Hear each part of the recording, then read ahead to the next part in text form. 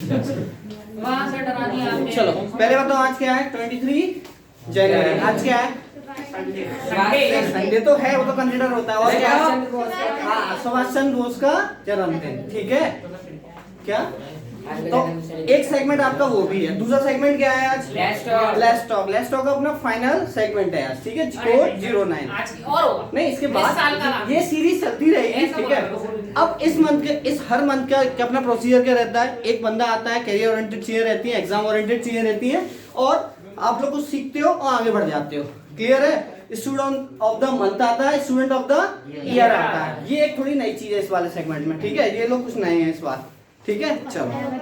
हाँ, नहीं तुम लोग तो पुराने हो चुके हो, इतना सबको पता है। किसी को कुछ पूछना है? नहीं। चलो, अब हमारे बीच में जो आ रहे हैं थोड़ा सा, ठीक है, अब मैं हल्का सा ब्रीफ दे दूं। ये मेरे स्कूल में भी मेरे सीनियर थे। ठीक है, और कहीं ना कहीं मेरे क्लासेस या इंजीनियरिंग में भी मेरे सीनियर थे।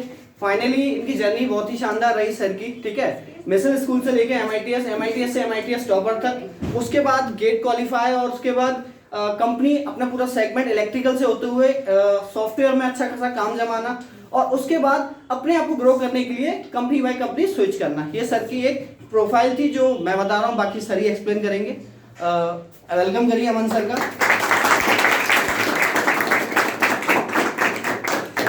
Good evening.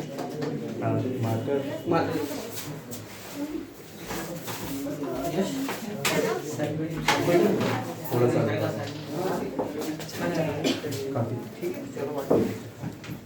तो गुड इवनिंग क्लास। संडे को आप लोग आए। सबसे पहले तो I hope you are safe healthy. तो थोड़ा सा इंट्रोडक्शन इसने दिया। मैंने MITS से इंजीनियरिंग की है, BE किया है। क्योंकि ये सेशन लेट्स टॉक है तो मेनली इसमें हम लोग बात करेंगे। मैं एक्सपेक्ट करूँगा कि आप लोग भी मुझसे इंटरेक्ट करें, केवल मैं ना बोलूँ। चूँकि ये तो एक्सपेक्टेड है कि मैं ही ज़्यादा बोलूँगा तो मेरा इंट्रोडक्शन ज़्यादा ज़रूरी है। तो मेरा नाम अमन पटेल है।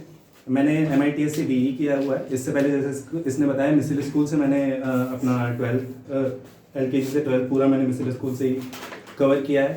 उसके बाद मैंने गेट एग्ज़ाम दिया, गेट क्वालिफाई किया है मैंने 2 बार। फिर मेरा कैंपस सिलेक्शन हुआ और मैं उसके बाद एक्सेंचर कंपनी में ज्वाइन किया। मैंने वहाँ 3 साल मैंने काम किया। उसके बाद मैंने पिछले साल स्विच किया है, बेंगलोर में इस समय मैं काम कर रहा हूँ। तो ये मेरा इंट्रोडक्शन है। इसके बाद आप लोग एक एक करके मैं चाहूँगा कि आप अपना नाम और अपनी क्लास केवल इतना सा मुझे बताते जाएं। आपसे शुरू करते हैं। My name is Kritika Jain और मैं 9th क्लास में पढ़ती हूँ। Okay, good. बैठे बैठे बता दो कोई। My name is Karan, I study in class 8. Okay. आप? Myself Kana Dikshit, I study in 11th class. 11। Myself Anushka Yadav from class 10th. 10। आप? Myself Sonia Kushwaha, class 11th. Myself Sakshi Ravat, class 9th. Aiza Rajna, I study in 9th. आप? Blue shirt. Class 10। My name is Akash Negi. I study class class sorry class 10। Myself Nehru, I 11 class. 11 10 class. आप? Myself Sarang Gupta is studying in class 11. 11। Myself Nidimali, 12th class. Myself Jatin, I study in 9th class. Okay. My name is Anil Bharadwaj, studying in 7th class. आप? My name is Piyush Sharma, I study in 9th class. Myself Prince Harva, I study in 9th class. क्या? My name is Nikhil Krishna, I study in the 9th class. I'm Krishna, class 9th. My name is Prakash Sharma. I am studying in class 9. My name is Nishant Singh, class 9. My name is Yash Suregi, I am currently studying in class 9. I am Neeraj Gujjar, grade 9. My name is Ayushman Mangal from class 9. My name is Jasmine Lekari in class 7. Class. Okay. तो आप लोग ज़्यादातर बच्चे 7th से 12th तक के हैं। ठीक है, तो मतलब मैं एक्सपेक्ट कर रहा हूँ आप लोग शायद मतलब 14 से 17 एज ग्रुप में फॉल करते होंगे। तो एक चीज़ बताओ आप लोग कि हम लाइफ जर्नी बोलते हैं, उसमें आप ये बताओ कि क्या इंपॉर्टेंट चीज़ें आपको लगती हैं कि क्या क्या इंपॉर्टेंट चेक पॉइंट्स होते हैं। चेक पॉइंट समझते हो आप लोग क्या होते हैं? जैसे अपन ग्वालियर से दिल्ली जा रहे हैं तो रास्ते में क्या क्या जगह पड़ती हैं, क्या क्या इंपॉर्टेंट चीज़ होती है। तो चेक पॉइंट आप लोग को क्या लगता है लाइफ में क्या क्या है? कोई भी? स्कूल अपन करते हैं, वो एक चेक पॉइंट है आपका, ठीक है। तो मैं स्कूल लिखता हूँ। उसके बाद क्या चेक पॉइंट हो सकता है? कॉलेज।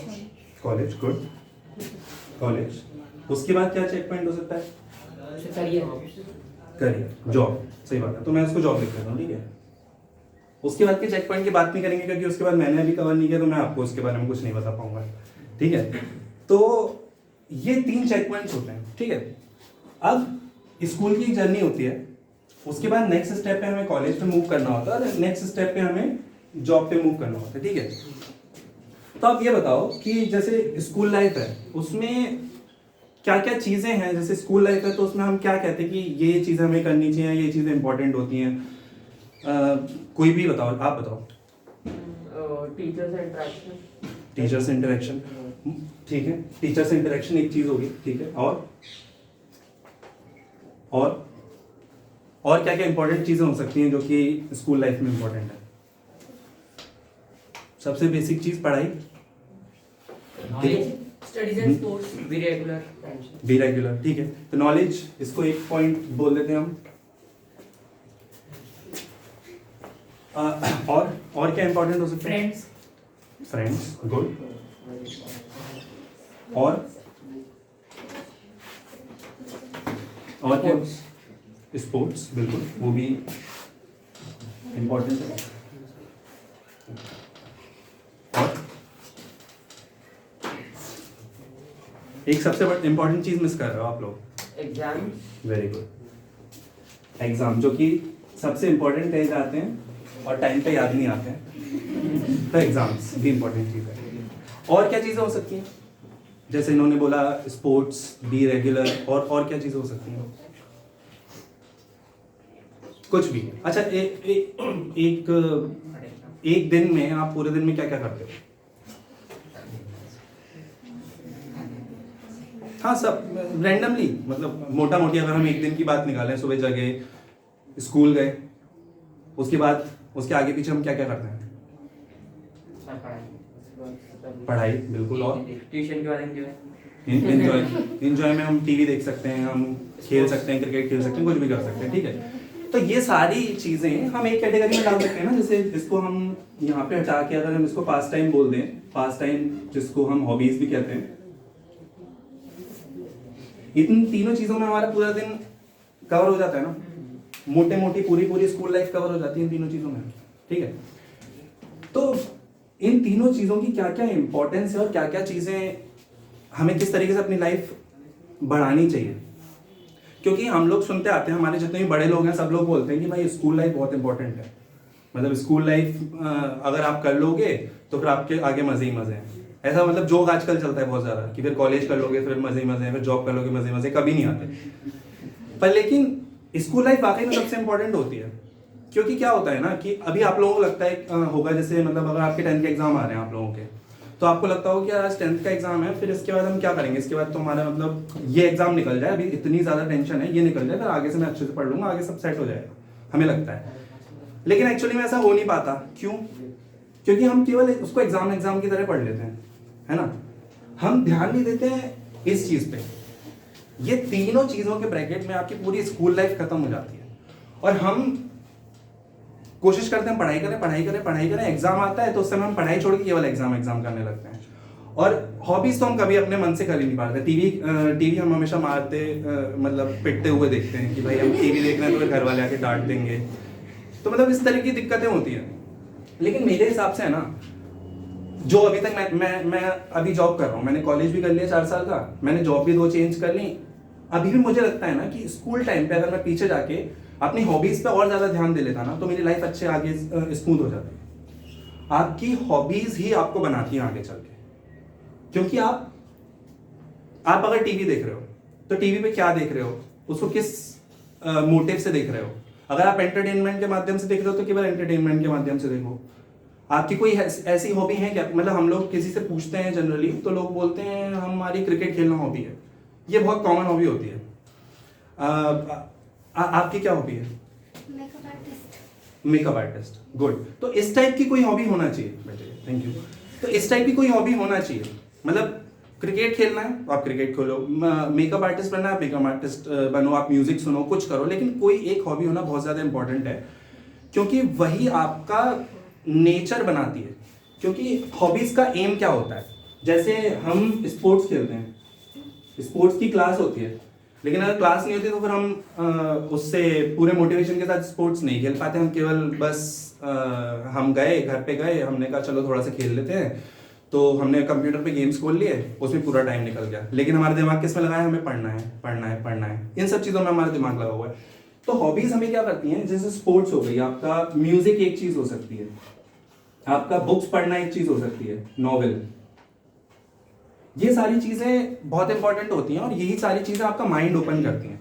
अगर आपका माइंड ओपन हो जाएगा ना, तो आप चीज़ों को इनवाइट करने के, चीज़ों को ग्रैस्प करने के लिए ओपन हो जाओगे, और वो बहुत ज़्यादा इंपॉर्टेंट है। उसके बाद बात आते हैं नॉलेज पे। नॉलेज के लिए तो आपके पास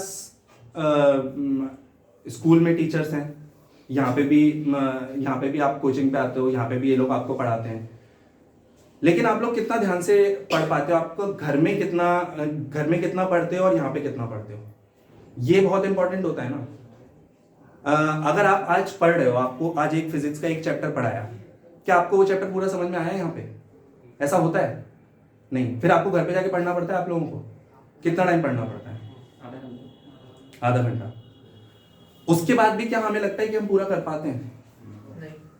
आप लोगों में से कितनों को ऐसा फील हुआ है कि भाई मैं तो बहुत अच्छा पढ़ रहा हूँ, जैसे मान लो कि आज से 1 महीने बाद एग्जाम है और मुझे लगा कि मैं तो बहुत अच्छा पढ़ रहा हूँ, लेकिन जब रिजल्ट आता है एग्जाम का, तब मुझे लगता है कि यार ये बंदा तो मेरे से बहुत कम पढ़ रहा था, मैं तो 30 दिन पढ़ा हूँ, ये बंदा केवल 10 ही दिन पढ़ा है, और मेरे तो इतने अच्छे नंबर नहीं है, इसके 95% आ गए। ऐसा होता है ऐसा बहुत कॉमन चीज़ है कि मतलब आप लोग जितना पढ़ते हो, आप लोगों को लगता है कि मैं इतना डिजर्व करता हूँ, लेकिन आपको नहीं मिल पाता है। ऐसा क्यों होता है? क्योंकि आप लोग इस टाइम पे ये गलती होती है कि हम लोग पढ़ते हैं केवल पढ़ने के लिए, लेकिन हम ध्यान नहीं देते हैं। जैसे अगर हम क्लास में पढ़ रहे हैं तो हमें केवल क्लास में ही पढ़ते रहना चाहिए। हम अगर रिजल्ट का सोच के पढ़ेंगे तो वो हमारे हाथ में नहीं है। रिजल्ट हम कभी भी अपने हाथ में नहीं कंट्रोल कर सकते, लेकिन हम पढ़ाई हम अपने हिसाब से कर सकते हैं। अगर हम अपना पूरा 1 घंटे का फोकस, 1 घंटे की अगर क्लास है और इस क्लास में ही हम ध्यान से पढ़ें, तो हमें घर पे 20-25 मिनट से ज़्यादा पढ़ने की ज़रूरत नहीं पड़ेगी। लेकिन ऐसा नहीं होता है। हम क्लास में इस हिसाब से पढ़ते हैं। पहली बात तो क्लास में एक तो वो बहुत जनरल टेंडेंसी होती है कि भाई क्लास में हम नींद आ गई, सुबह की क्लास हो रही है तो फिर नींद आ गई, शाम की क्लास हो रही है तो हम लोगों का मन नहीं लग रहा, बहुत जनरल टेंडेंसी होती है। इन चीज़ों को अगर हम ब्रेक कर देंगे, यहाँ पे 1 घंटे अगर पढ़ लेंगे, तो हमें पूरे दिन में कितना ज़्यादा टाइम मिल जाएगा, आप लोगों को ये सोचना चाहिए। इसके अलावा एक चीज़ होती है एग्जाम। अब क्रिकेट आप लोग देखते होंगे, उसमें 3 तरह के फॉर्मेट होते हैं, एक T20 होता है, एक क्रिकेट होता है, एक टेस्ट होता है, वनडे होता है ना, वनडे होता है। क्रिकेट बेसिक कंसेप्ट तो सेम है, एक बंदा बॉल डालता है, एक बंदा बैटिंग करता है, अगर बैट पे पड़ गई, जो भी रूल्स हैं उसके अकॉर्डिंग रन बन रहे हैं तो बढ़िया है, नहीं बन रहे तो नहीं अच्छा है। फिर ऐसा क्यों होता है कि 3 अलग अलग फॉर्मेट है, तो कहते हैं हाँ, वो तो एक फॉर्मेट को डिफाइन करने की एक वो हो गई, क्राइटेरिया हो गया। पर लेकिन ऐसा क्यों कहते हैं कि अगर कहते हैं कि जैसे एक राहुल द्रविड़ एक प्लेयर था, वो टेस्ट का बहुत अच्छा प्लेयर था, लेकिन हम उसको बोलते हैं कि राहुल द्रविड़ हो सकता है T20 का उतना अच्छा प्लेयर नहीं है। ऐसा क्यों कहते हैं? क्या चीज़ों में डिफरेंस है? खेलना पड़ता है, उसको सेट होने में टाइम लगता है। ठीक है, लेकिन बेसिक कंसेप्ट तो ये ना, अगर बॉल बैट पे पड़ रही है, अगर मैं हर बॉल को पकड़ के बाउंड्री पे मार सकता हूँ, तो फिर मैं किसी भी फॉर्मेट में अच्छा खेल सकता हूँ। क्या दिक्कत है? दिक्कत होती है तैयारी की। हर फॉर्मेट के हिसाब से मैं तैयारी करने की, पढ़ाई करना और एग्जाम देना 2 अलग अलग बातें हैं। आप खूब पढ़ाई कर लो, लेकिन आपके एग्जाम में मार्क्स नहीं आएंगे, बिल्कुल तय बात है, क्योंकि हम एग्जाम के हिसाब से नहीं पढ़ाई कर रहे, क्योंकि एग्जाम के हिसाब से पढ़ाई करना एक दूसरी चीज होती है। तो हमें एग्जाम के हिसाब से पढ़ना चाहिए। तो जिस समय हम पढ़ने बैठे हैं, उस समय हमें ये सोचना चाहिए कि हम पढ़ क्यों रहे हैं। अगर हम नॉलेज के लिए पढ़ रहे हैं तो फिर हमें एग्जाम के लिए नहीं सोचना चाहिए, और अगर हम एग्जाम के लिए पढ़ रहे हैं तो हमें नॉलेज के लिए नहीं सोचना चाहिए। ये बहुत ही फालतू बात है कि अगर हम 12th के एग्जाम के लिए पढ़ रहे हैं और हमने बहुत अच्छा पढ़ लिया तो हम वो NTSC का भी एग्जाम निकाल लेंगे, हम IIT भी निकाल लेंगे, क्यों, हमने 12th का तो पूरा सिलेबस कवर कर लिया। फिजिक्स में तो 12 चैप्टर है ना, चाहे किसी भी कंपटीशन एग्जाम में चले जाओ, चाहे 12th के एग्जाम में चले जाओ, 12 एग्जाम में। लेकिन ऐसा नहीं होता जो 12th का टॉपर होता है वो IIT का टॉपर होता है, ऐसा तो नहीं होता, नहीं होता ना। हर कंपटीशन के एग्जाम्स के हिसाब से आप लोगों को तैयारी करनी होती है, हर स्कूल के क्लास के एग्जाम के हिसाब से आपको तैयारी करनी होती है। लेकिन सबसे इंपॉर्टेंट बात यह है कि जो खासकर आप लोगों की जो क्लास है 5th से लेकर जो 12th तक की जो क्लास होती है ना, उस क्लास में बहुत माइन्यूट तरीके से आपको नॉलेज दी जाती है। आपको बता दिया कि जैसे फिजिक्स में बताऊं मैं आपको कि सीरीज कॉम्बिनेशन ये होता है, पैरेलल कॉम्बिनेशन ये होता है, बहुत बेसिक तरीके से आपको बता दिया। फिर आपको लगता है ये तो बेसिक चीज है, इसका क्या मतलब, इसका लाइफ में क्या यूज आएगा। मैथ में 2 + 2 = 4, इसका लाइफ में क्या यूज आएगा, कुछ यूज नहीं आएगा। 2 + 2 = 4 का कोई यूज नहीं आएगा। लेकिन वो चीज समझने के लिए जो आपका माइंड ओपन हुआ है, उस चीज का लाइफ टाइम यूज आएगा।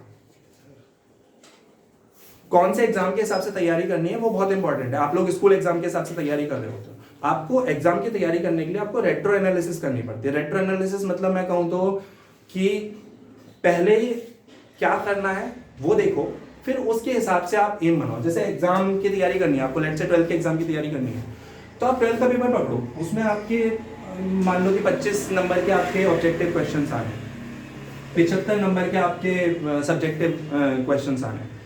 मुझे नहीं पता कि आजकल क्या पैटर्न चल रहा है, पर अब 75 में आपके 5 नंबर के कुछ क्वेश्चंस आते होंगे, कुछ 4 नंबर के क्वेश्चंस आते होंगे, इनमें कुछ डिवाइड हो जाते होंगे। तो अब 25 नंबर के जो ऑब्जेक्टिव क्वेश्चंस हैं उसकी तैयारी के लिए आपको चैप्टर का कौन सा पार्ट पढ़ना है, केवल वो पार्ट पढ़ो। 75 नंबर की तैयारी के लिए 5 नंबर के हिसाब से जो क्वेश्चन प्रिपेयर करना है वो क्वेश्चन प्रिपेयर करो, 4 नंबर के हिसाब से जो क्वेश्चन प्रिपेयर करना है वो क्वेश्चन प्रिपेयर करो। ज्यादातर क्या होता है कि हम पूरा चैप्टर पढ़ा, आप लोगों ने नोटिस किया होगा कि किसी भी पेपर में जो लास्ट का बड़ा क्वेश्चन होता है वो चैप्टर के एकदम आखिरी पार्ट से आता है। क्यों? किसी भी पर्टिकुलर चैप्टर का कंस्ट्रक्शन किस तरीके से होता है। अगर शिवांग सर आपको कोई एक सब्जेक्ट पढ़ा रहे हैं, उन्होंने सब्जेक्ट पढ़ाना शुरू किया, आते ही वो आपको फाइनल चीज नहीं बताना शुरू करेंगे ना। सबसे पहले वो आपका कॉन्सेप्ट बिल्ड करेंगे और फिर आखिरी में जाके वो जो मेन चीज है, जिस चीज के लिए पूरा कॉन्सेप्ट बिल्ड किया जाता है, वो चीज आप लोगों को समझ में आएगी। तो जैसे मूवी होती है, मूवी में शुरुआत में आपको कैरेक्टर से इंट्रोड्यूस किया जाता है कि भाई ये कैरेक्टर है, ये कैरेक्टर है, ये कैरेक्टर है, और आखिरी में मूवी की पूरी सीरीज बनती है। इसी तरीके से पेपर होता है। पेपर में जो ज्यादातर देखा होगा आपका 5 नंबर के क्वेश्चन में आपको वो नहीं मिल पाते, मार्क्स नहीं मिल पाते, या 5 अगर नोटिस करोगे तो 25 जो ऑब्जेक्टिव है ना वो तो हम बना लेते हैं। 5 नंबर क्वेश्चन में 4 में से कोई एक क्वेश्चन ऐसा रहता है यार ये तो हमने पढ़ा ही नहीं, और हमेशा वो होता है कि ये पेज हमने छोड़ दिया और वही पेपर आ गया, वही पेपर में आ गया। ऐसा क्यों होता है? क्योंकि आप लोग पढ़ते हो, एक चैप्टर है 20 पेज है, जब शुरू में पढ़े तो हम सोचे कि हम आइंस्टीन बनेंगे, कि हम भाई ये पेपर का ये पेज पढ़ेंगे, ये पेज पढ़ेंगे, ये सारे टॉपिक्स हम इंपॉर्टेंट तरीके से पढ़ेंगे, और आखिरी में जाते जाते ना हम थक जाते हैं, तो आखिरी का पेज हम छोड़ देते हैं और वहीं से 5 नंबर का क्वेश्चन आता है। तो हम नॉलेज के लिए पढ़ रहे हैं, हम एग्जाम के लिए नहीं पढ़ रहे हैं। जब हम एग्जाम के लिए पढ़ेंगे तो हम क्या करेंगे, 5 नंबर की 4 इंपॉर्टेंट क्वेश्चन, हमें भी, हम साल भर से पढ़ाई कर रहे हैं तो हमें ये तो समझ में आने लगता है ना कि कौन सा क्वेश्चन इंपॉर्टेंट होता है, कौन सा नहीं इंपॉर्टेंट होता है। उस क्वेश्चन के हिसाब से आप आंसर्स तैयार करो, आप पेपर के हिसाब से प्रिपरेशन करो, पहली बात। दूसरी चीज ये कि जब तक आपका एग्जाम नहीं हो जाता ना, तब तक आप लोग ये मत मानो कि एग्जाम खत्म हो गया। अगर कल भी एग्जाम है और अभी तक आपकी कोई तैयारी नहीं हुई है, पहली बात तो ऐसा होना नहीं चाहिए कि एक दिन पहले तक कोई तैयारी नहीं हुई है, लेकिन फिर भी अगर हो गया बाई चांस, मान लो कि भाई नहीं जग पाए हम, अभी तक मजे कर रहे थे, कुछ भी है, कुछ भी रीजन भी रहा, तो कभी ये मत मानो कि भाई अब तो कुछ नहीं हो सकता, गिव अप करके बैठ जाओ। नहीं, जब तक आपका एग्जाम खत्म नहीं हो रहा तब तक आपके पास पूरा चांस है, क्योंकि आप तैयारी को उस तरीके से बना सकते हो कि आपको एग्जाम आप क्रैक कर पाओ। और टारगेट यहाँ पे कौन है जो मतलब टॉप करने का टारगेट रखता है, फर्स्ट रैंक लाने का टारगेट रखता है? गुड, ये एक्सपेक्टेड था क्लास से, वेरी गुड। अच्छा, अब ये बताओ मार्क्स कितने आते हैं ऑन एन एवरेज? 70, 75, 60, 65 इतने, है ना? टारगेट आप लोगों को हमेशा रखना चाहिए 100% का। और नहीं आएंगे आपके 100%, जो कि अच्छी बात है। ऑन एन एवरेज अगर आपके 70, 75, 80 भी आ रहे हैं काफ़ी है, मार्क्स मैटर नहीं करते। जैसे मैंने ये बताया ना, जैसे ये है स्कूल, कॉलेज, जॉब, स्टेप है, ये चीज़ क्या है ना, ये वाली लाइन ये है नॉलेज, और ये चीज़ क्या है ना एग्जाम। एक स्टेप से दूसरे स्टेप पे पहुंचने के लिए आपको एग्जाम देना ही पड़ेगा, लेकिन अगर आपके पास नॉलेज नहीं होगी ना तो आप यहीं खड़े रह जाओगे, आप यहां से यहां नहीं पहुंच पाओगे। यहां से यहां पहुंचने के लिए आपको नॉलेज जरूरी, यहां से यहां के लिए एग्जाम जरूरी। इंपॉर्टेंस सब चीज का है, लेकिन अब आप यहाँ पे कितने % लाके जंप मारे हो फर्क नहीं पड़ता, आप जंप मार गए ना, खत्म बात, इतना ही इंपॉर्टेंट है। 60% क्राइटेरिया चाहिए आपको क्रॉस करने के लिए, काफी है। लेकिन अगर आप पहले ही 60% का एम बनाओगे, आप सोचोगे कि भाई मेरे को 60% मार्क्स लाने हैं, आपके 60% नहीं आएंगे, आपके मार्क्स आएंगे 40%, 50%। कभी ऐसा हो सकता है फेल भी होगा।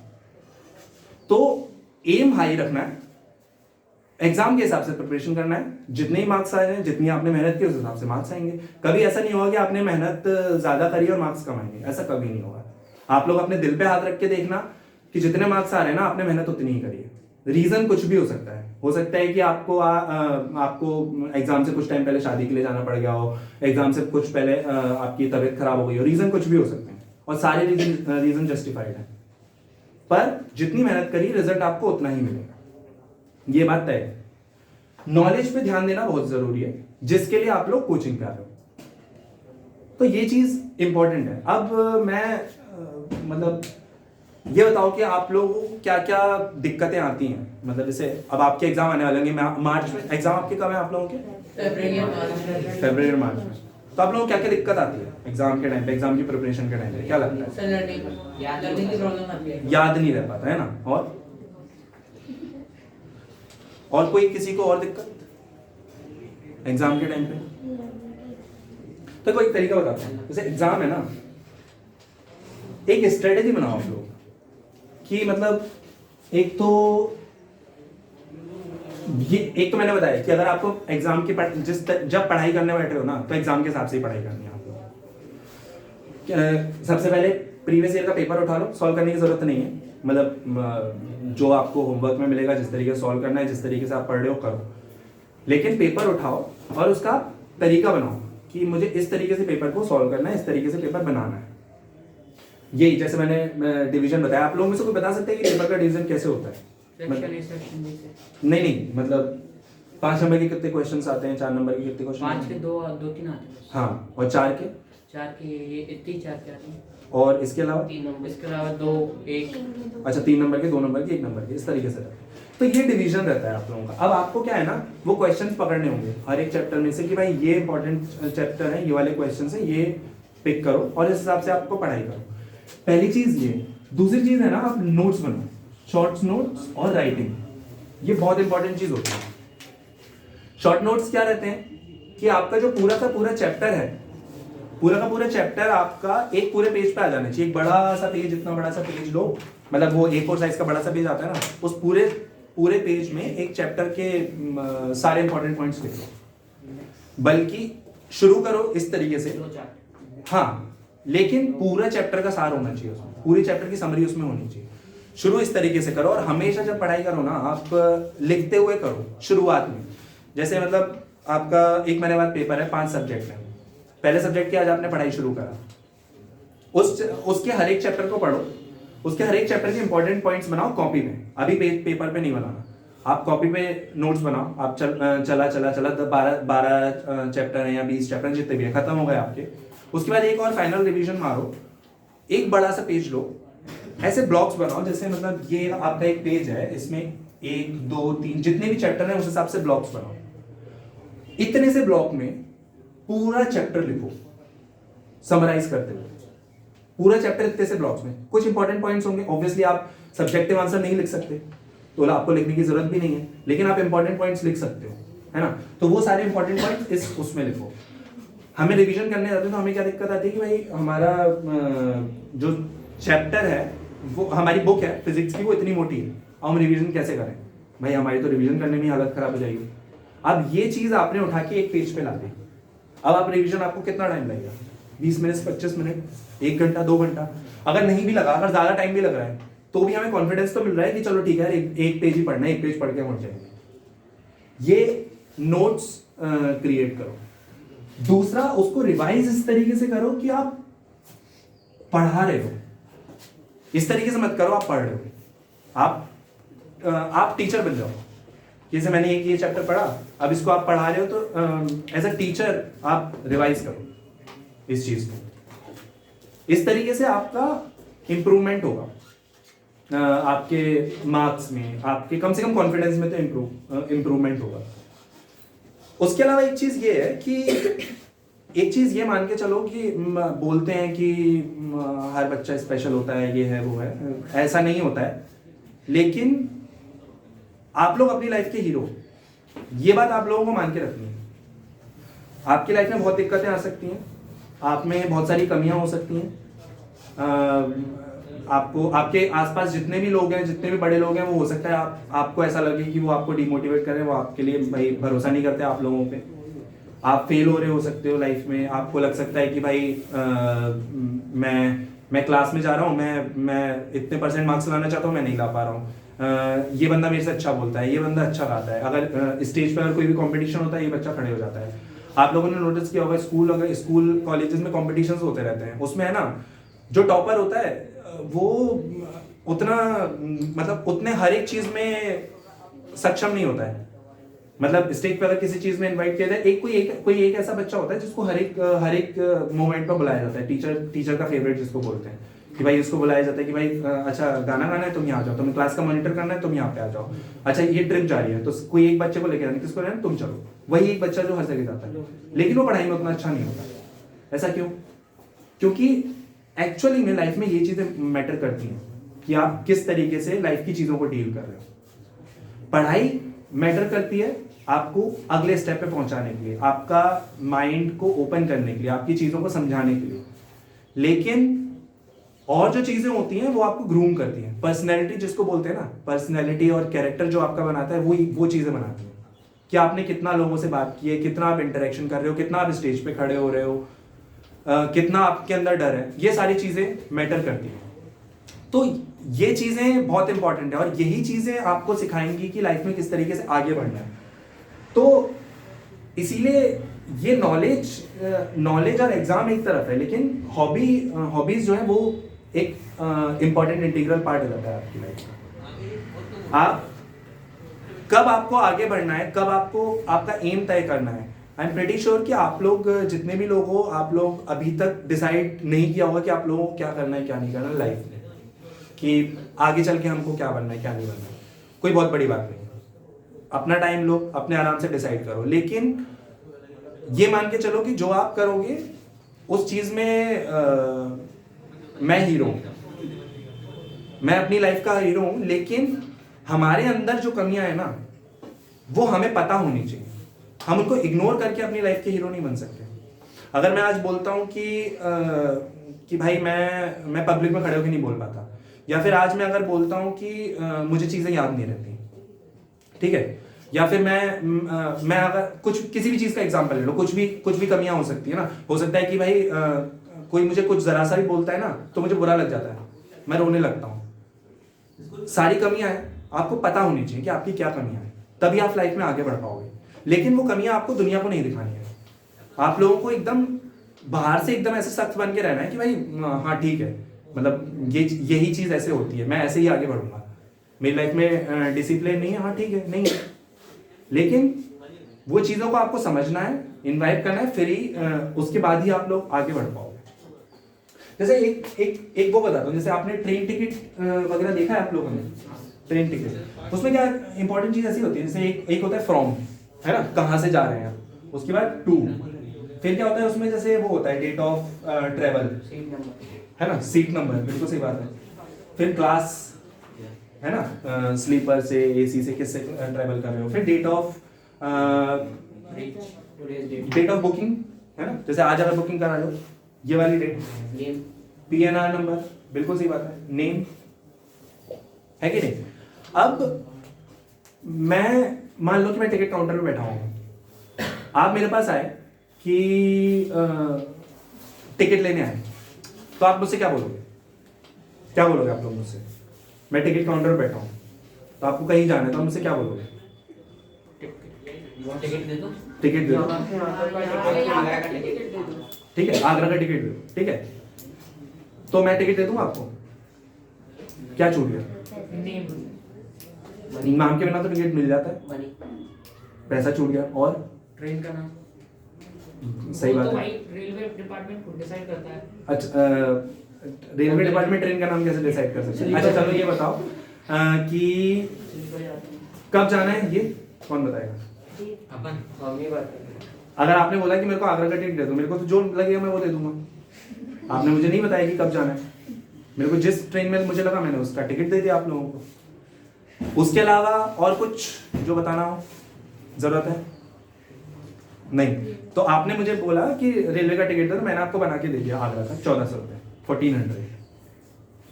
मैंने टिकट दे दिया आपको एसी का, आपके पास पैसे नहीं होते, फिर तो आपको बताना पड़ेगा ना, पहले बताना पड़ेगा ना। मैंने अगर टिकट काट दिया फिर तो आपको पैसे देने पड़ेंगे। तो ये चीजें हमें पता होनी चाहिए ना।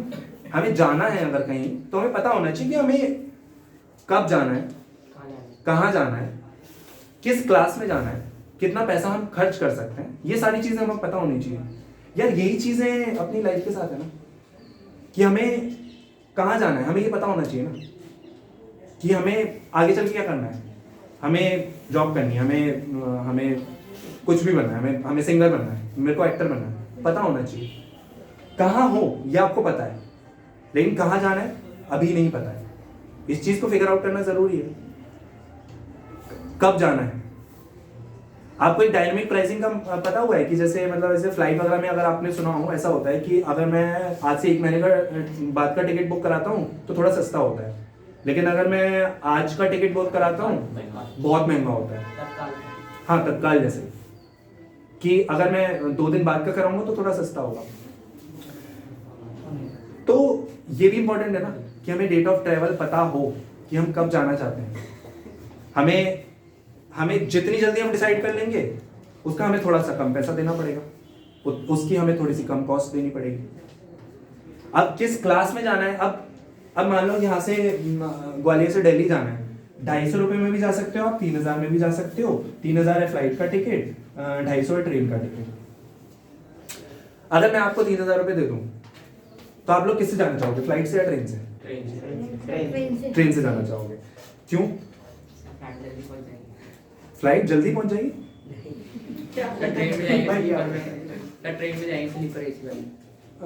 ट्रेन में स्लीपर एसी वाले में जाओगे। चलो आपने एसी बोला तो फिर इसका टिकट इसका पैसा बढ़ के 1500 रुपये हो जाता है ना। मैंने आपको 3000 रुपये दे दिए, क्या आप 3000 रुपये में जा सकते हो, है ना।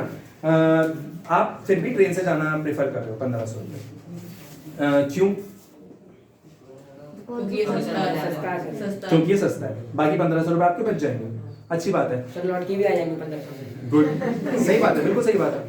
अब ये बताओ कि अगर आपको लाइफ टाइम डिसाइड करना हो कि लाइफ टाइम में आप एक बार भी फ्लाइट में बैठना चाहोगे या नहीं बैठना चाहोगे? बैठना चाहोगे। और उसके पैसे मैं आपको नहीं दूं, उसके पैसे आपको कमाने हैं, फिर कमा के बैठोगे, लेकिन बैठोगे ना। जो भी है एक एक्सपीरियंस तो आप लेना चाहोगे ना। अगर हम अपने दिमाग से ये हटा दें कि मुझे पैसे बचाने हैं, वो पैसा मेरा नहीं है, फर्क नहीं पड़ता, उड़ाता हूं, तो इन चॉइस में से आप यही चूज करोगे ना। ऑब्वियस चॉइस आपकी है, क्योंकि इसमें कॉस्ट आपको नहीं देनी पड़ रही है। लेकिन चूंकि कॉस्ट आपको देनी पड़ती है इसीलिए डिसाइड करना मुश्किल हो जाता है। इसीलिए हम लोग ये सोचते हैं कि चलो हम यहाँ पे स्ट्रगल करते हुए चलते हैं। थोड़ा सा तो स्ट्रगल है ही ना। हम जहाँ 1 घंटे में पहुंच सकते हैं वहां पे हम 7 घंटे में पहुंच रहे हैं, टाइम का स्ट्रगल है ना। हम वो 1 घंटे में पहुंच के बाकी टाइम बचा सकते हैं। तो ये चीजें आप लोगों को डिसाइड करना जरूरी है।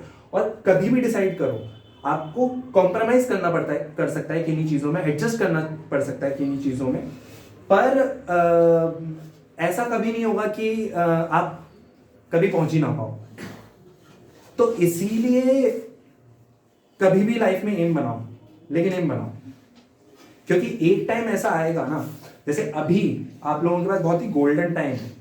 क्योंकि गोल्डन टाइम इसीलिए है क्योंकि आप लोग अभी एक्सप्लोर कर सकते हो। आप अगर आज 6 घंटे पढ़ाई, अगर आपका 6 घंटे का स्कूल है उसकी आप पढ़ाई आप 4 घंटे ही करते हो, आप 2 घंटे ही करते हो, तो बहुत ज्यादा लॉस नहीं होगा।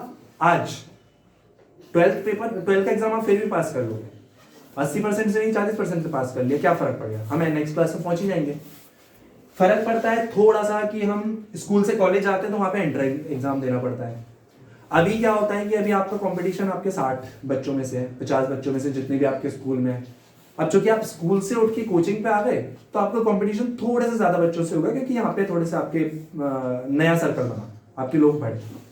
यही आप कंपटीशन एग्जाम में पहुंचते हो, वहां पे सर्कल पूरा इंडिया हो जाता है, आपको 2 लाख 3 लाख लोगों के साथ कंपटीशन करना पड़ता है। लेकिन हमेशा टॉप की सीट अगर 100 बच्चे हैं क्लास में तो आपका 3% ही ऐसे जगह है जहां पे आपको अपॉर्चुनिटीज मिलेंगी। अगर कोई ऐसे मतलब मान लो कि हमें रिवॉर्ड मिल रहा है कि हमें स्कूल में बोला है कि आज 11th की क्लास, अगर इस 11th की क्लास में जितने भी बच्चे जो कुछ 1% क्रॉस करेंगे उनको हम ट्रिप पे ले जाएंगे। आप लोगों को क्या लगता है वो कुछ 1% कैसे रखा जाता है, कैसे डिसाइड किया जाता है? कैसे डिसाइड करेंगे? जैसे मान लो कि ये यहाँ पे जितने भी 10 लोग हैं, 10 में से मुझे किन्हीं बच्चों को रिवॉर्ड करना है, उनकी परफॉर्मेंस जिसके अच्छे नंबर आएंगे जिसपे अच्छे नंबर आएंगे। अच्छे का भी एक क्राइटेरिया डिसाइड किया जाएगा, और वो क्राइटेरिया इस तरीके से डिसाइड किया जाएगा कि वो बच्चे कम हो, है ना। टॉप 10 एक तरीका हो गया। टॉप 3 मान लो 10 ही बच्चे हैं तो हम बोलेंगे टॉप 3 को लेके जाएंगे। क्राइटेरिया हमेशा ऐसा ही तो बनेगा ना जिसमें कम परसेंटेज होगा, क्योंकि तभी कंपटीशन बनेगा। अगर हम ये बोल देंगे कि 100 बच्चे हैं, 100 में से जिसके भी है ना जो बच्चे पास हो जाएंगे हम सबको लेके जाएंगे, तो फिर चांस ये भी हो सकता है भाई पूरी क्लास को लेके जाना पड़े, टीचर तो लुट जाएगा, ऐसे तो नहीं ले जा पाएगा। तो कंपटीशन कैसे बढ़ाएं? और अगर हम इतना आसान क्राइटेरिया रख देंगे, बोल देंगे कि 100 में से जो पास हो, तो फिर कोई फर्स्ट लाने की कोशिश नहीं करेगा, बोलेगा चलो ठीक है बस पास ही तो होना है, इतने से के लिए पढ़ लो, इतने से के लिए काम हो जाएगा। तो ये क्राइटेरिया 100 लोगों में बढ़ा, यही आप 2 लाख लोगों में पहुंचो, 3 लाख लोगों में पहुंचो, ये कंपटीशन बढ़ेगा या कम होगा? क्यों बढ़ेगा? क्यों? क्योंकि सर ये लोग ज्यादा है तो ये सीट कम है। सीट कम हो गई। सीट कम कैसे हो गई कि यहाँ पे जो ये एक्स सीट की पाने की परसेंटेज कम हो गई है। एग्जैक्टली इतने ये बड़ा ब्रैकेट का इतना परसेंटेज ही आपको सिलेक्ट करवाएगा। अब ये वाला बबल बढ़ते जाएगा, ये वाला उतना ही रहेगा, तो आपका कंपटीशन आगे चल के बढ़ते जाएगा। इसीलिए बोलते हैं कि स्कूल टाइम गोल्डन टाइम होता है, क्योंकि इसमें आपके पास टाइम है कि आप हॉबीज में टाइम दे दो, इसमें आप और चीजों में टाइम दे सकते हो, अपनी पर्सनैलिटी पे, अपनी बातचीत के तरीके पे, अपनी लैंग्वेज पे, जो भी इंपॉर्टेंट चीजें आपको लगती है ना कि आप किसी भी बड़े इंसान को आप देखते हो कि टीवी में देख लिया आपने, शाहरुख खान को देख लिया, विराट कोहली को देख लिया, किसी को भी देख लिया, जो जिनको भी आप लोग रोल मॉडल मानते हो, या फिर जिनको भी आप लोग देख के आपको लगता है कि वाह यार ऐसी भी लाइफ जी जा सकती है, तो जो उनकी लाइफ में जो लगता है कि ये जो क्वालिटीज है वो हमारे उसमें ली जा सकती हैं, वो क्वालिटीज को समझने का, सीखने का टाइम अभी ही है। आगे चल के आप चाह के भी नहीं सीख सकते, क्योंकि आपके पास रिस्पॉन्सिबिलिटीज बढ़ती जाएंगी।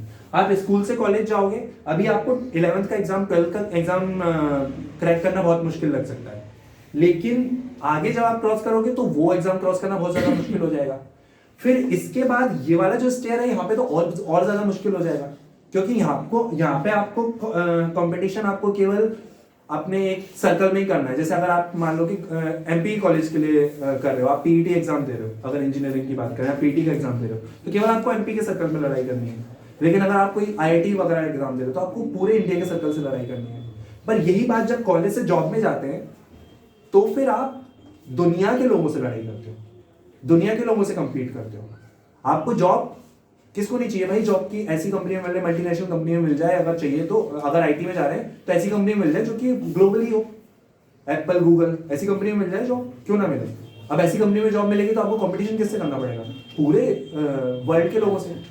जब कंपटीशन का टाइम बढ़ गया तो फिर आपके पास खुद को ग्रूम करने का टाइम कम बचा ना, फिर आपको क्या लगेगा कि यार पीछे जाके मेरे को कर लेना चाहिए था।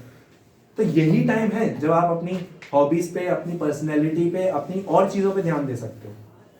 एग्जाम एक बहुत बड़ा पार्ट है, लेकिन एग्जाम आपको केवल नेक्स्ट क्लास में ही पहुंचाएगा। जो हॉबीज पे ध्यान देने वाला काम है ना, वो आपको एक अलग लेवल पे पहुंचाएगा। तो ये इस टिकट वाले एग्जाम्पल को बताने का मतलब यही था कि आप जब भी डिसाइड करो, जैसे भी डिसाइड करो, आप तब रेडी हो करने के लिए, लेकिन आपको उस समय किन्हीं ना किन्हीं चीजों से कॉम्प्रोमाइज करना पड़ सकता है। और अगर आपको उस चीज को कॉम्प्रोमाइज नहीं करना है तो फिर आपको अभी से आपको अपना थॉट, अपना एम क्लियर करना पड़ेगा। ठीक है, तो और कोई डाउट जो पूछना चाहो, कुछ बातचीत करना चाहो तो आप लोग बताओ। मेरी तरफ से इतना ही था। Thank you. सर आप अपने बारे में बताओ सर, जर्नी आपकी। मेरी जर्नी, बेसिक जर्नी तो यही है। मैंने स्कूल MITS से किया, कॉलेज स्कूल मैंने मिशन स्कूल से किया, कॉलेज मैंने MITS से किया, और ओवरऑल मैं लगभग 85% का स्टूडेंट था। मतलब फर्स्ट क्लास से कॉलेज फाइनल ईयर तक मेरे 85 से 82% के बीच में मार्क्स आए हैं। इसके अलावा जॉब मैंने एक्सेंचर में किया, 3 साल जॉब किया। एक चीज़ और मैं ये शेयर करता हूँ आप लोगों से, आपको पता हो कोविड चल रहा है ना, कोरोना चल रहा है, तो कोरोना में जॉब्स काफ़ी जाती है ना। मेरी जॉब गई थी। मैं पिछले साल 2020 की बात है, 7 अगस्त को मेरे पास मेरे HR का कॉल आया था सुबह सुबह। उन लोगों ने मुझसे कहा कि कोरोना चल रहा है तो हमें कुछ लोगों को कम करना पड़ेगा, तो अनफॉर्चुनेटली हमें आपकी ज़रूरत नहीं है। और उन्होंने कहा शाम तक आप रेजिग्नेशन दे दो। आई हैड नो चॉइस, दे दिया मैंने। भाई अब खुद सोचो भाई, जॉब वॉब चली जाए तो मतलब स्ट्रेस की तो बात है, क्या होगा कैसे नहीं होगा। फिर ढूंढना शुरू की, पर यही चीज़ आ जाती है कि आप अपने आप को हीरो समझो। आपकी कमियां आपकी हैं। अगर उन्होंने आपको निकाला, हो सकता है कुछ कमी होगी आप में, इसीलिए निकाल दिया, लेकिन भाई मैं इन चीज़ में मानता हूँ कि भाई कि मैं अपनी लाइफ का हीरो। मैंने जॉब सर्च करना शुरू किया, कोरोना के टाइम पे मुझे अगले 7 दिन में नई जॉब मिल गई, और वहाँ पे जो पैकेज मिल रहा था उससे 100% ऊपर मुझे पैकेज मिल गया, जस्ट डबल 7 दिन में। तो अपने आप पे बिलीव रखा, हो गया। अब आज वापस से एक्सेंचर वाले बुलाए मेरे को, मना कर दी। तो ये लाइफ की चीज़ें, ये चीज़ें सीखो। और ये इंपॉर्टेंट चीज़ है यार कि अपने आप पे बिलीव बहुत ज़रूरी है। आपके पास पता है, मतलब टू बी ऑनेस्ट, शिवांक मेरे स्कूल का जूनियर है और आपके पास बहुत बड़ी इंस्पिरेशन है।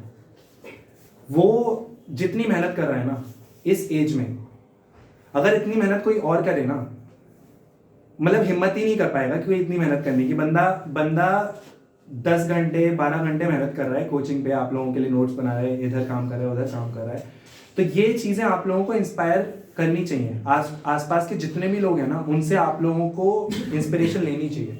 और वो इंस्पिरेशन आप कब लोगे, जब आप लोग चीज़ें चेंज करने के लिए ओपन रहोगे। अगर आप ये सोच के रखोगे कि यार मेरे को ये आता है और फिर मैं इससे ज़्यादा एक्सपर्ट नहीं हो सकता। हमारे यहाँ का ट्रेंड है, अनफॉर्चुनेटली ग्वालियर का ये बहुत ख़राब ट्रेंड है कि जैसे लैंग्वेज की बात कर लें, अगर हम हिंदी बोलते हैं तो भाई हम अच्छी हैं, अगर कोई इंग्लिश बोल रहा है तो हम उनकी बुराई कर देंगे कि ये क्या अंग्रेजी में बात कर रहा है। बहुत बुरा ट्रेंड है कि भाई ये क्या अंग्रेजी में बात कर रहा है, ये क्या अपने एक्सेंट में बात कर रहा है। हम लोगों की कमियों को देखते हैं, जबकि हमें ऐसा नहीं है कि भाई अगर हम किसी रेस्टोरेंट पे जा रहे हैं, किसी 5 स्टार होटल पे जा रहे हैं तो हम इंग्लिश में बात करना शुरू कर दें, और अगर हम किसी नॉर्मल जगह पे जा रहे हैं वहाँ पे हम एकदम देसी भाषा में बात शुरू कर दें। हम जैसे हो वैसे ही रहो, लेकिन जहाँ जैसे बिहेव करना है वैसे बिहेव करना ज़रूरी है आपको, और उसके लिए आप लोगों को अपना दिमाग ओपन रखना पड़ेगा। अगर आप शादी के कपड़े क्लास में पहन के आ जाओ, नहीं चलेगा। अगर आप स्कूल के कपड़े वहाँ पहन के चले जाओ, मतलब शादी में पहन के चले जाओ, नहीं चलेगा।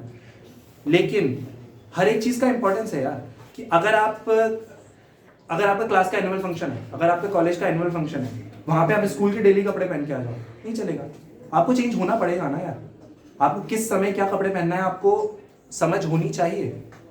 कि अगर किसी समय कोई नॉर्मल क्लास है, वहाँ पे अगर आप एक डेली कपड़े पहन के आ रहे हो और अगर आपके कोई एनुअल फंक्शन है वहाँ पे अगर आप डेली कपड़े पहन के आ रहे हो, दोनों तरफ नहीं चलेगा, आप लोगों का टाइम के हिसाब से चेंज होना पड़ेगा।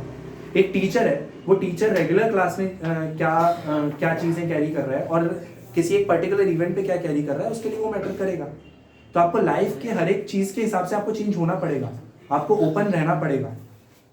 तो ये बहुत इंपॉर्टेंट चीज़ है कि आप अपना दिमाग खोलो। इसी के साथ मैं मेरा बातें यहीं ख़त्म होती हैं। Thank you, you are a great audience.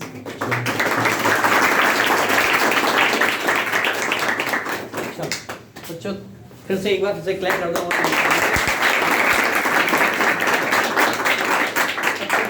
Doubt section हो गया। किसी और का कोई डाउट, कोई ऐसा कि सर मेरे सर के, हाँ यस सर आप एप्लीकेशन कंसल्टेंट भी हैं जी। तो सर आपने जब एप्लीकेशंस बनाना स्टार्ट किया था तो सर आपको उस टाइम पर किसी और ने बोला था आप इनके लिए एप्लीकेशन बनाने के लिए? ऐसा रहता है, मैं सॉफ्टवेयर कंपनी में हूँ, तो सॉफ्टवेयर कंपनी के अलग अलग क्लाइंट्स होते हैं। तो क्लाइंट की जो रिक्वायरमेंट होती है हम लोग काम उस हिसाब से करते हैं। तो जब एक ये चीज़ और होती है कि जैसे ऐसा बोला जाता है कि स्कूल में जो आपने पढ़ा है ना वो आपके कॉलेज के काम नहीं आएगा, जो कॉलेज में आपने पढ़ा है वो आपके जॉब में काम नहीं आएगा। जॉब में क्या होता है, हमारी ट्रेनिंग होती है। जॉब में जाने के बाद 2 महीने हमारी ट्रेनिंग होती है, तो हम जो 2 महीने में पढ़ते हैं ना वो हमारे मेन उसमें काम नहीं आता। मेन जब हम जॉब करने जाते हैं तो ये हमें ऑन द गो सीखना पड़ता है। तो हम लोगों की ऐसे ट्रेनिंग होती है, जैसे जब हम ज्वाइन किया था तो हमारी 2 महीने 3 महीने की ट्रेनिंग हुई थी, जो भी क्लाइंट है उसके हिसाब से फिर हम लोगों ने सीखा था, तो वहाँ से हमने लर्न किया। और कोई नहीं? निखिल और कोई नहीं? पक्का इधर से कोई? साक्षी डाउट कुछ नहीं? ठीक है, मज़ा आया? हाँ मजा आया, ठीक है। ज्ञान ज़्यादा तो नहीं था? हाँ सर एक बार भी बता सकते हो मतलब मेन एम क्या होता है? मेन एम क्या करना है? हाँ जो मर्जी में कुछ मत करो, टाइम लगाओ, अपने आप फील आ जाएगी यार, अपने आप टाइम के साथ फील आ जाएगी। आप ऐसे किसी दिन बैठ के आप एम नहीं कर सकते। बेसिक तो आप कर ही रहे हो ना। देखो एक बैकग्राउंड तो चल ही रहा है, आपका लाइफ चल रही है, स्कूल करोगे, कॉलेज करोगे, कॉलेज के बाद जॉब भी करोगे, तो एक वो चीज़ तो चल ही रही है। बीच अगर आपको लगता है कि यार जॉब हमें ऐसी करनी, अगर आपको कुछ समझ में नहीं आ रहा तो फिर गाइडेंस लो, टीचर से गाइडेंस लो, आप अपने पेरेंट्स से बात करो, जो वो लोग गाइड करें उस हिसाब से आप करो। और जो जॉब कर रहे हो उसी में अगर आपको जो जॉब आप करना चाहते हो, जैसे मतलब आज अगर कुछ नहीं समझ में आता तो हमारे यहाँ डॉक्टर इंजीनियरिंग चलती है ना, शुरू हो जाओ, करते करते आप आगे निकल जाओगे, करते करते आपको समझ में आ जाएगा कि क्या पता आपको क्या चीज़ अच्छी लग जाए। तो टाइम लो, ऐसे बैठ के आप एम नहीं डिसाइड कर पाओगे, लेकिन आपको दिमाग खोल के रखना पड़ेगा कि भाई मैं ये कर सकता हूँ कि नहीं, ये कर सकता हूँ कि नहीं, ये चीज़ है। और कोई नहीं डालना? सर हमने स्विच करने के बाद जॉब कैसे ली? स्विच करने के बाद प्रोसेस नहीं, अच्छा प्रोसेस तो थोड़ी टेक्निकल चीज़ हो जाएगी, वो आप लोगों के जानने के मतलब की बात नहीं है, क्योंकि वो दूर की चीज़ है ना। बस ये है कि मतलब अलग अलग लिंक्डइन होता है, naukri.com होता है, इस तरह की वेबसाइट्स होती हैं, उन पे अप्लाई करना पड़ता है। भाई एक दिन में 70 जॉब अप्लाई करी है, तो उनमें से किसी एक में कॉल आ गया, प्रिपरेशन चल रही थी तो इंटरव्यू हो गया। तो इस तरीके से रहता है वो। बाकी तो टेक्निकलिटीज हो जाएंगी, उनसे अभी तो आपका कुछ मतलब है नहीं, भूल जाओगे जब तक टाइम आएगा तो। फिर दोबारा याद कर लेंगे। ठीक है, और कोई हो गया? तो देखो ऐसे सेशंस अपने होते रहेंगे। ये अपना कोड 9 था, 1 बाय 1 बंदे आए, उन्होंने अपना अपना बताया। ये लोग वो लोग थे, ग्वालियर की कोर टीम के ऐसे लोग थे जो आप लोगों के पास तक आए। आपके लिए बैनर लगा, ये हरिनर रोड के सामने है, बैंक कॉलोनी में 100 मीटर अंदर तक आए, ठीक है, जैसे कि आप लोग आए। अब इस मैसेज को आपको दूर दूर तक स्प्रेड करना है, नॉलेज तो अपने तक नहीं रखना, सबसे इंपॉर्टेंट बात, ठीक है। सेकेंडरी चीज आपका क्या है, ये एकेडमिक सेशन अभी ओवर होने को आ रहा है, लास्ट क्लास सेशन चल रहा है, आपको अपने एग्जाम में भी अच्छा परफॉर्म करना है। रीजन क्या है, ये चीजें चलेंगी, साथ ही साथ अगर आपका एग्जाम भी डाउन हो गया तो फिर ये सुनने को मिल जाएगा आप ही लोगों को, क्या अरे एग्जाम में आपके कम मार्क्स क्यों आए, किसी की राइटिंग खराब है अभी भी तो उसको सुधारे, किसी के जो छोटे छोटे सेक्शंस होते हैं ना लास्ट टाइम पे जो हुए थे उनको भी सुधार ले, अभी भी बहुत टाइम है, मोर देन इनफ टाइम है, बोर्ड्स आ रहे हैं उनके लिए, सबको ऑल द बेस्ट, ठीक है। और जैसे कि हमारा हर साल का सेशन रहता है, हर मंथ का रहता है, इस मंथ है स्टूडेंट ऑफ द मंथ के लिए हम कुछ बच्चों पे विचार कर रहे थे, ठीक है। ईयर एक अलग सेक्शन है, उस पर अपन डिस्कस करेंगे। स्टूडेंट ऑफ द मंथ में 12th 9th और आपका 11th और 10th और जूनियर सेक्शन, ये सारे सेक्शंस थे, ठीक है। उनमें से हमारा एक बैच हमेशा पॉपुलर रहता है, कौन सा क्लास? 9th क्लास, ठीक है। तो 9th क्लास में ऑलमोस्ट 3 या 4 कितने 3 स्टूडेंट ऑफ द मंथ जा चुके हैं, ठीक है। एक हमारा 12th का बैच भी बहुत शानदार है। 12th के बैच में सबसे शानदार बैच बताऊं बेटा, 10th के बैच की आप स्ट्रेंथ नहीं देख पाओगे। कारण क्या है? सर्दी कितनी पड़ रही है बताओ? बहुत पड़ रही है। सुबह बच्चे 7 बजे आए, ठीक है, 7:15 पे आए, ठीक है, 7:40 पे भी आए, और ऐसी ऐसी सर्दी में आप इमेजिन भी नहीं कर सकते। निशान देख रहे हो आप, ये हंस रहा है, देखिए ये उस स्टेज में आया। बात आने की नहीं होती, हर स्टेज में आप काम कर पा रहे हो, ये सबसे ज्यादा इंपॉर्टेंट है, ठीक है। ऐसे बच्चे लाइफ में एक्सक्यूजेस बहुत कम देते हैं बेटा, समझ में आया? मतलब कि हमारे लग गई थी, हम उठ नहीं पाए थे, ये चीजें सब खत्म हो जाती है। मैं भी बेटा, मेरे को बच्चे जानते हैं पर्सनली कितना ज्यादा नींद आती है मेरे को, ठीक है, लेकिन उन सबके बावजूद वो सारे सेगमेंट चले ना, तो ये सब चीजें आपको मोटिवेट करेंगी लाइफ टाइम, ठीक है। अब आते हैं अपन स्टूडेंट ऑफ द मंथ की तरफ। तो 4 कैंडिडेट हमारे पास मेनली है, ठीक है। जूनियर सेक्शन से हमारा अर्पित था, ठीक है, अर्पित खड़ा हो जाओ बेटा, ठीक है, आदित्य था, सॉरी, ठीक है। और वो क्या जूनियर सेक्शन है ना, इसका जस्ट भाई है आदित्य अर्पित, ठीक है, हाँ। और सीनियर 9th क्लास में से साक्षी नॉमिनेटेड थी, ठीक है। 10th में से नेगी, ये 10th में से स्टूडेंट ऑफ द मंथ चल रहा है। और 11th में से ये कहाँ गया, ये हमारा निखिल, एंड 12th में से देवांश। वो देवांश का ऑलरेडी हो चुका है, सॉरी। तो इन सेगमेंट में से, इन 4-5 में से हमारा एक स्टूडेंट ऑफ द मंथ था। एक बार इस नॉमिनेशन के लिए तालियां बजाना।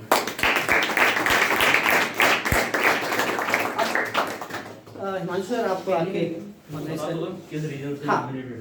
पहले इनके छोटे छोटे रीजंस बता देता हूँ। ये बच्चा, इसने तो सिस्टम से लड़ा है बेटा, मैं तो आपको बताऊंगा। इस एज में ये सिस्टम से लड़ा है। मैं आपको बताऊँ, कोविड के टाइम पे क्या होता है, मतलब मैं ऑनलाइन हूँ लेकिन फिर मैं बोलना चाहूंगा। एक्चुअल में क्या होता है, स्कूल से आपको पीडीएफ भेज दी जाती है, ठीक है, और पीडीएफ के बाद आप पे इतना सारा मटेरियल हो जाता है। मटेरियल के आपको वो याद भी करना रहता है और लिखना भी रहता है। बेटा आप अपनी एज में टीचर से कह सकते हो कि हमें नहीं लिखना, ठीक है, हम तो डायरेक्ट याद करके एग्जाम में फोड़ेंगे। बच्चा इस एज में कह गया, पिट गया बेचारा। अब ये कहीं ना कहीं गलत तो नहीं था, आप लोग ये सब करते हैं, कॉलेज में आकर तो हम करते ही है बेटा, ठीक है, लेकिन उसने उस चीज को बैलेंस बनाया, 4-4 घंटे की सिटिंग लगाई, नोट्स बनाए, मैंने उसको समझाया नोट्स किसी और से भी बनवा सकते हैं, ठीक है। तो नहीं वो तो ये बंदा पूरे सिस्टम से लड़ा। एट द एंड पेरेंट्स को भी करना पड़ता है, क्योंकि पेरेंट्स भी लगते हैं बेटा पढ़ रहा है हमारा बच्चा, लेकिन अब मार्क्स क्यों नहीं आ रहे? अब मार्क्स कैसे आएंगे? दिन भर उसका लिखने में जा रहा है, याद वो कर नहीं पा रहा है, तो मार्क्स कैसे आएंगे? फिर उसने दोनों का बैलेंस बनाया, फाइनली एक मोटे मोटे रिजल्ट पे आया। नेक्स्ट ईयर वो समझा और सारी चीजें बैलेंस करके अब नेक्स्ट ईयर प्रोसीड करेगा अच्छे तरीके से, ठीक है। फिर उसके तो ये मेरा आइडल बन गया सर, मैं भी बोल रहा हूं, स्कूल निकल जाऊंगा। नहीं भाई, मार देंगे इसको। उसके बाद आते हैं हम साक्षी पे। साक्षी तो ये मान के चलना लेट ज्वाइन हुई, सबसे बड़ी बात, ठीक है। सिलेबस का कोई टेंशन नहीं, आईसीएसई स्कूल बहुत कम है ग्वालियर में, ठीक है। आईसीएसई स्कूल्स में एक अलग ही प्रेशर रहता है बेटा, क्या सिलेबस थोड़ा एडवांस बनाते हैं वो, मतलब क्लियर कट। तो उसको ट्यूशन भी नहीं मिल रही थी बेटा, मतलब ट्यूशन इन द सेंस कि गाइडर मोटिवेशन भी नहीं मिल रहा था, क्या करे क्या ना करे। अपने आसपास भी ऐसे लोग रहते नहीं है, मतलब ऐसा मैंने भी देखा है पर्सनली। 9th में 11th का सिलेबस और 10th में 12th का सिलेबस डिलीवर करके रखते हैं बाकायदा। वो मानते हैं केमिकल बॉन्डिंग चाहिए 9th वाले को। तो अब वो तो बच्ची है बेचारी। पहली बात बताऊं, मैंने भी देखा, मैं भी थोड़ा हिल गया, मैंने किया 9th में क्या कर रहे हैं यार बच्चे के साथ। लेकिन उसने क्या, बच्ची ने थोड़ा कोप अप किया, और आज की डेट में पहले साक्षी के लिए क्लैप। सेकंड रैंक उसका रहा, सेकंड और थर्ड रैंक उसका मतलब कंटिन्यू रहता है। उसके बाद मैं आता हूँ निखिल पे। ये बंदा जो तारे जमीन पर देखिए सबने, ये हमारा तारे जमीन पर वाला सेगमेंट मान लेना। इसका क्या है, ए का बी, बी का सी, सी का डी, ये चल रहा था। सोचो 11th की एज, वो हाँ वो नेक्स्ट जनरेशन है, ठीक है। तो उसका क्या था सर, इसका क्या था, मेनली क्या है, आता सब था, लिखने बैठता था, सब खचा। क्योंकि क्या है, अब इसमें टॉप भी कर रहा है अगर, तो भी क्या 70% मिलने का तय रह जाता था। आज की डेट में आपकी कॉपी देखोगे, मैं खुद नोट्स जो प्रिपेयर करवाता हूँ ना, इसी की कॉपी करता हूँ, तुम अपनी दे देना, फोटो कॉपी करा दूंगा। तो वो इसका इंप्रूवमेंट था, और वो ओवरऑल इसके रिजल्ट पे भी दिखा, ठीक है। तो निखिल के लिए भी एक बार। लास्ट हम आते हैं आकाश नेगी पे। आकाश बेसिकली उत्तराखंड से बिलोंग करता है, ठीक है, हाँ दूर से आया ठीक है। दूसरी चीज इंपॉर्टेंट चीज क्या है, आकाश ने बिल्कुल सेशन बिल्कुल एंड पे चालू किया, हार नहीं मानी। दूसरी बात, वो जहाँ पढ़ रहा था, किसी भी रीजन से पढ़ रहा था, वहाँ उसको ये नहीं पता था पढ़ना क्या है, क्योंकि क्या सिलेबस पूरा चेंज हो चुका था, वो पुराने पैटर्न को पकड़ के बैठा था। जब वो यहाँ पे आया उसने देखा अरे ये तो एमपी बोर्ड का सिलेबस ही चेंज हो गया, एनसीईआरटी आ चुकी है एक तरीके से, पूरा का पूरा हिंदी भी चेंज हो गया। उसने इस चीज पे रुका नहीं, सीधे सीधे पढ़ना चालू करी। आज के डेट में मान के चलिए 3 घंटे का पेपर वो बड़े आराम से हैंडल कर लेता है, और यही उसका एक तरीके से अचीवमेंट है। और अगर यही प्रोसेस रही तो कहीं ना कहीं वो 70, 80, 90 मतलब उसका जो बेस्ट होगा वो लेकर जाएगा यहाँ से। ठीक है, तो अब मैं अनाउंस कर ही देता हूँ, इतना सस्पेंस तो नहीं बनेगा। ठीक है, तो announce student of the month हमारा वो फेवरेट बैच है, उसी में से है। ठीक है, साक्षी हमारी स्टूडेंट ऑफ द मंथ है।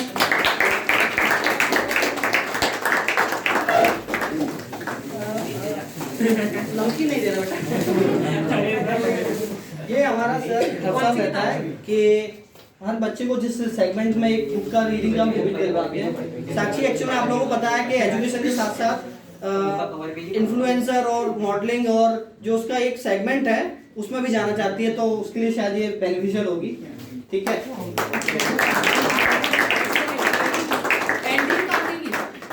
एंट्री काटने की। हाँ ठीक है, चलो सर अब एक सेगमेंट और है, आप लोग तो खड़े हैं, पनिशमेंट नहीं मिली। ठीक है, एक्चुअल में अब सर ये सारे सेगमेंट के बाद इनमें एक स्टूडेंट ऑफ द ईयर और है। हाँ, तो उसके लिए जरा नॉमिनी वाला फोटो दे दो मेरे को, कौन पे है? ग्रुप पे ऐसा ग्रुप पे। अब ग्रुप से निकाल के वो वीडियो की, वो वीडियो की देख लो ना। ये रहा सर, दोबारा भेज दिया उसने, आ गया। वैसे मेरे को याद है सारे के सारे। सर आ गए, ठीक है, उसको ग्रुप पर आ गया। एक सेकंड। हाँ ये आ गया, चलो वेरी गुड। कौन है? यस, हाँ यस, वेरी गुड। वही सर ऐसे तो काम करता है। ये बच्चे बस खड़े होते जाएं। देवांश 12th से, सर इन लोगों को मिलकर, हाँ देवांश 12th से, निखिल 11 से, तान्या ये 11 से, क्लैप करो तान्या के लिए।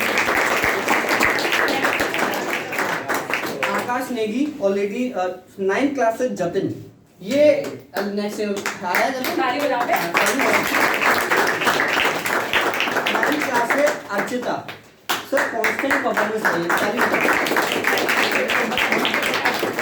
9th क्लास से साक्षी, जूनियर सेक्शन बड़ा शानदार। ठीक है, जूनियर सेक्शन से अनिरुद्ध।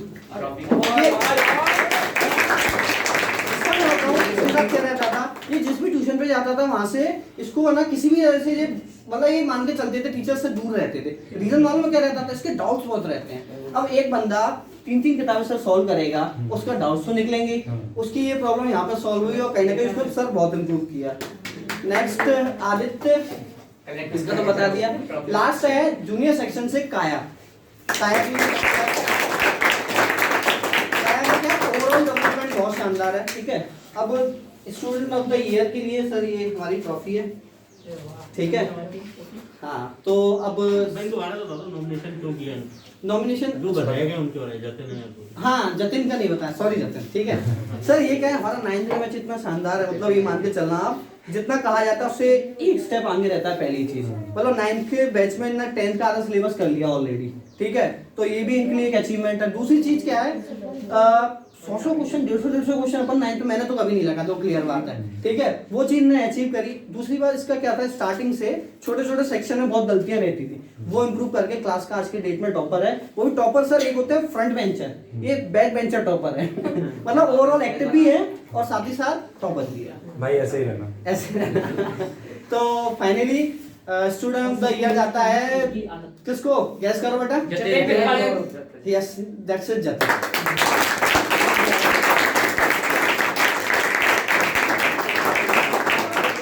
बाकी बैठ सकते हैं, पनिशमेंट नहीं मिली है।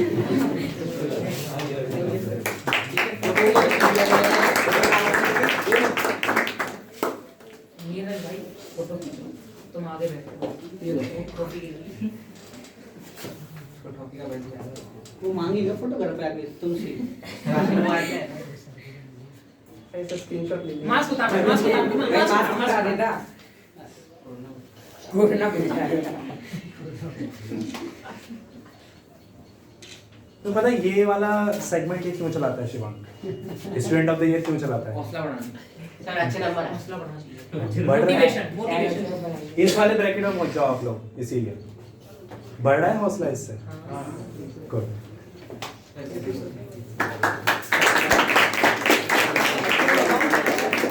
अमन भैया के बारे में थोड़ा सा मैं एक दो लाइनों कहना चाहूंगा। सबका डाउन टाइम आता है, क्लियर बात है। मेरा बहुत आता था, ठीक है। क्लास में बैठा हूँ, न्यूमेरिकल समझ में नहीं आ रहा है, हमने क्या करें अमन भैया के पास चलते हैं। स्कूल में बैठा है, लड़ाई हो गई, क्या करें अमन भैया के पास चलते हैं। नहीं लड़ाई भी होती थी सर, अमन भैया क्या MLB में ही रहते थे, उनका घर पीछे रहता था। कई बार लंच नहीं लाए, क्या करें अमन भैया के चलते हैं। तो ये बॉन्डिंग शुरुआत से ही रही। और चलो हमें अपनी टीम को थोड़ा सा इंट्रोड्यूस कराते हैं अपन। टेक्निकल टीम में तो एक सेकंड, टेक्निकल टीम में तो अमन भैया हैं, अमन और यश ब्रह्मे से आप मिल चुके हो, है ना। और राघव रायपुरिया, जितने भी अपनी लैपटॉप की टीम थी, ये अपनी पूरी टेक्निकल टीम है, ठीक है। कहीं ना कहीं अपने अपना काम करते हैं, अपनी जॉब करते हैं, उसके बाद पूरा टेक्निकल अपना सेगमेंट संभालते हैं। बाकी एकेडमिक की टीम से मिलवाना चाहूंगा मैं, मुझे तो आप लोग जानते ही हैं, ठीक है। सेकंड हिमांशु सर, आ जाइए।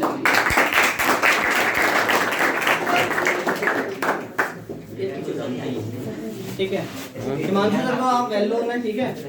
अमन भैया होता है, अमन भैया ये एक्चुअल यहाँ के डायरेक्टर और मेरे बड़े भैया भी है। हाँ, उसके बाद अभिनव जी आ जाइए।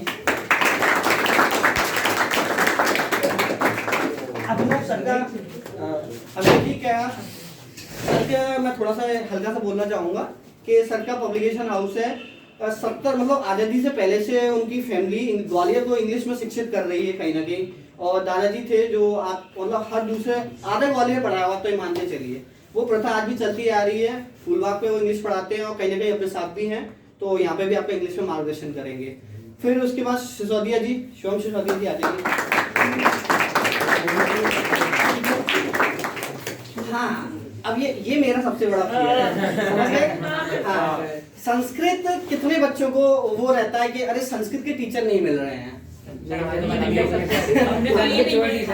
संस्कृत का फियर शुरुआत से रहता है। सिसोदिया जी संस्कृत में MSc हैं, YouTube चैनल है। और आप लोगों को अच्छी बात बताऊं, वो भी है, क्या होता है, अरे YouTube पे सर क्या रहता है, प्ले बटन नहीं, प्ले बटन मोनेटाइज है, ठीक है। तो बात मोनेटाइजिंग की नहीं है, बात ये आप कंटेंट कितना बढ़िया डिलीवर कर रहे हैं कि वो शहर नहीं देश के कोने कोने तक जा रहा है कहीं ना कहीं, और वो कहीं ना कहीं आप तक भी आएगा, ठीक है। बस बने रहिए, ठीक है। चैनल का नाम क्या है? चलिए सर ने खुद बताया होगा सर, आपको मैंने पढ़ा था, आपको एक अवार्ड मिला था संस्कृत में, कोई नेशनल।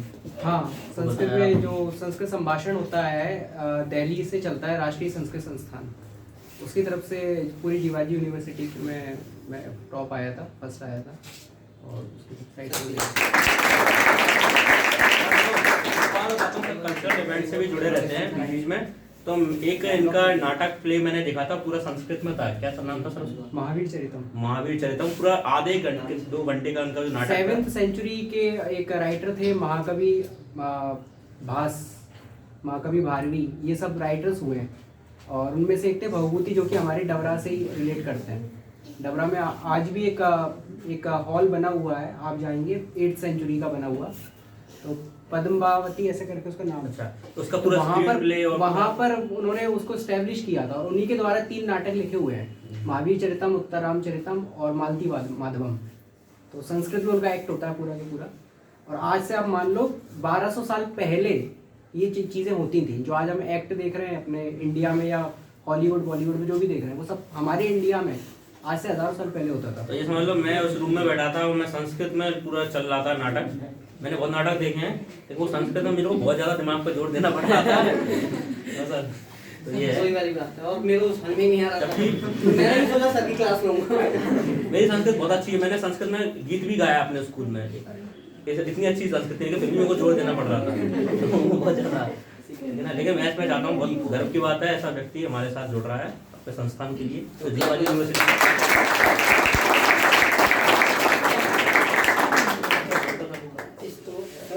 में आते हैं। इसके बाद मैं सुरेन जी को बुलाऊंगा, सुरेन को। हाँ, सुरेन क्या है, हमारा टेक्निकल टीम पूरा तो जितना भी मतलब मान के चलिए जितना भी स्किल प्रोग्राम है, टेस्ट सीरीज से लेकर ए से लेकर जेड तक पूरा सुरेन कवर करता है, ठीक है। अब मैं एक हमारे साथ अशोक सर है, जिनका ये पूरा का पूरा सेटलमेंट है। अशोक सर के बारे में इतना बोलना चाहूंगा कि देखना पूरा आपका सेगमेंट सब कुछ बढ़िया चल रहा है, तो सब कोई भी आप पे गेम कर लेता है कि हाँ चलो हम ठीक है सब कर लेंगे। लेकिन क्या है, जो खाली पन्ने पे जो पहला राइटर होता है ना, वो सबसे बड़ा होता है, मैं तो ये मानता हूँ। सर ने पहले ही तो लोकेशन दी, वो एक बड़ी बात है। दूसरी चीज बेंचेस भी दी, उस टाइम पे इतना फाइनेंस नहीं रहता था, ठीक है। सर ने बोला वो बेंचेस से ज्यादा गाइडेंस, वो सबसे ज्यादा इंपॉर्टेंट होती है। तो वो सेगमेंट था सर का। तो अभी तो सर बीच में नहीं है, सर ऊपर ही होंगे या फिर अपनी क्लासेस में बिजी होंगे, मैं उनसे बात कर लूंगा। अब मैं बात करना चाहता हूँ हमारे सबसे एक्सपीरियंस, आपने देखा है ना वो पिक्चरों में होता है कि पहले सारे एक्टर आ जाते हैं, फिर सलमान खान एंड में आता है, तो वही वाला सीन मान के चलना। जो हमारे टीम के सबसे एक्सपीरियंस कहें या फिर सबसे दबावदार प्लेयर बोले वो है दीपक सर। दीपक सर आ जाइए।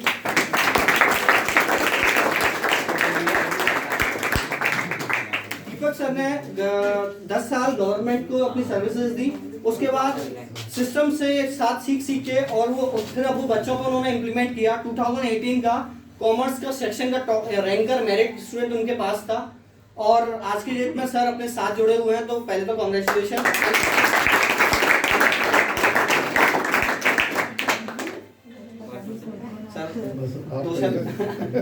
बच्चे है ना, क्या है मैं बता रहा हूँ एक्चुअल में क्या है, फ्रीक्वेंसी मैच करनी पड़ती है, ठीक है। अभी तुम लोगों के साथ अभी और भी लोग हैं अपने साथ जो जुड़ रहे हैं रिसेंटली। आरंभ बैंड जो मॉल गए, मॉल तो सभी देखा होगा, डीडी मॉल पे 1 तारीख को 25 तारीख को रॉक बैंड हुआ था, ठीक है, अखबार में भी आया था आरंभ बैंड, तो वो भी शायद आज ज्वाइन करने वाले थे, किसी वजह से उनका कारण आ नहीं पाया, नहीं तो यहाँ पे आपका रॉक परफॉर्मेंस भी हो रही होती ठीक है। तो टीम तो अपनी काफी बड़ी है, बस आप लोगों को मेहनत करनी है, ठीक है। चलो, किसी को कुछ पूछना है पर्टिकुलर सेगमेंट में?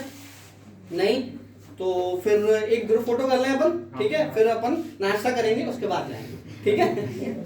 सर वही भारी करना, ठीक है, चलो भारी कर दो। पहले हम सबका हम टीचर हो गए फोटो हो जाए, तुमको मौका मैंने क्या ठीक है। ये इसका इस्तेमाल कर लो यार, फोटोग्राफर हमने बुलवाया। ट्राइपॉड हटा दे। दस को डाले सर, उसका भी खींच ले भाई। अरे सर लो फोन पे आ गया, ऐसे ही लो और उसको भी ला जाओ। जस्ट सामने हाँ, वीडियो बंद कर देता हूँ 1 मिनट रुको।